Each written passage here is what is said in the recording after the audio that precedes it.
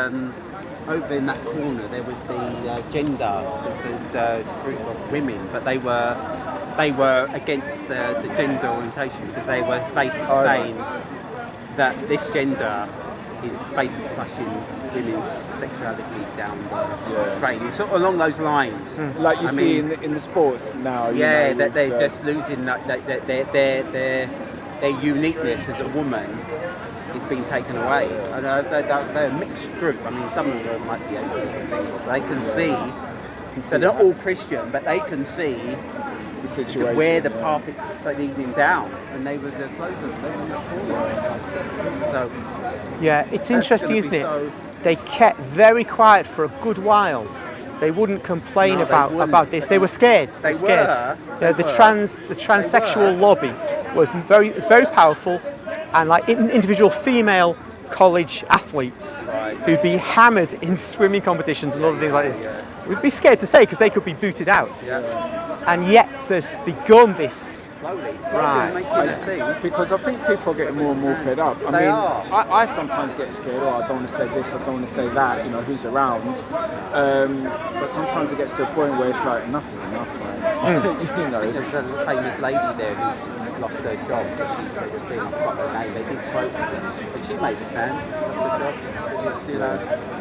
They're not Yeah, I feel like the world is well, it opens a can of worms. Where are we going down next? Yeah, exactly. Yes, because now you can plainly say, this female is now a man. You can say that. And if you try to say, no, this is actually a female, then you can lose your job, as you say. So if one can do that, that's like the equivalent of saying black is white. Yeah. It's like in 1984, the Orwell novel, there's Winston Smith. He's being tortured by O'Brien, who's the one of the members of the party, and he says, "How many fingers am I holding up, Winston?" And he goes, and Winston says 4. He says, "No, I'm holding up 3. It's not quite that number, 2 or 3. He says, I'm holding up, 3." And so then he turns the electricity on to make Winston suffer pain. Again, okay, now how many fingers am I holding up? And Winston says 3, because obviously he doesn't want to have the pain. But O'Brien's not happy with that. You see, what Winston needs to do is, when O'Brien holds up 4 fingers, Winston has to actually believe they're 3, not just say it to avoid pain, but to internalise this idea. And that's the aim of the party, to get you and the whole populace to believe something that's not true, deeply believe it. So they alter history by changing the newspaper cuttings from the past. They say, the chocolate ration has gone up by 20 grams, when in fact it was 40 grams more last year. But it's now a cut. It's now a 50-gram cut. They say it's gone up. All these things, you're to internalise belief in whatever the party says.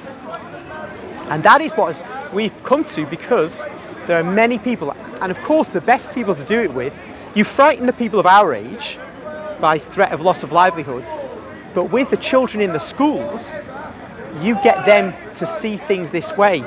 And in America they have drag queen story hour. That's the thing that scares me the most. With sexual offenders who are reading stories to little kids, and you have, and I think one guy was there, he had no underwear on and he was crossing his legs so you could see his parts, giving a drag queen story out to these kids. Now we've got Sajid Javid, who said that he's going to look again at the clinics. The Tavistock Clinic is the main one in London. There's another one that they're actually are providing these sex changes to kids, because there's been a lot of fuss about this, and at last it's getting looked at. But the BBC, big promoters of this kind of stuff, all this kind of stuff. In fact, actually, there was a demonstration. Death threats were made against a group of actors, artists, who were putting across a little kind of play for primary school kids, which was talking about sexuality and intimate things, which kids, you think, what the heck are you telling little kids for? And these people got death threats, so they pulled out of it. pulled out of it.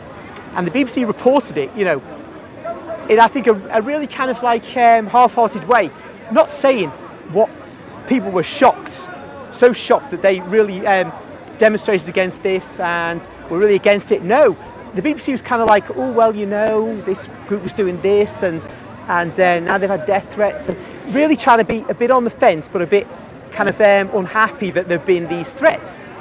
But this is what the country has come to, and it doesn't take long. Once the Anglican religion was overthrown here, and it was effectively overthrown a long, long time before the sexual revolution, but the traditions just carried on. But by the 50s it was under strain, and by the 60s it was swept away. And that meant anything could come in.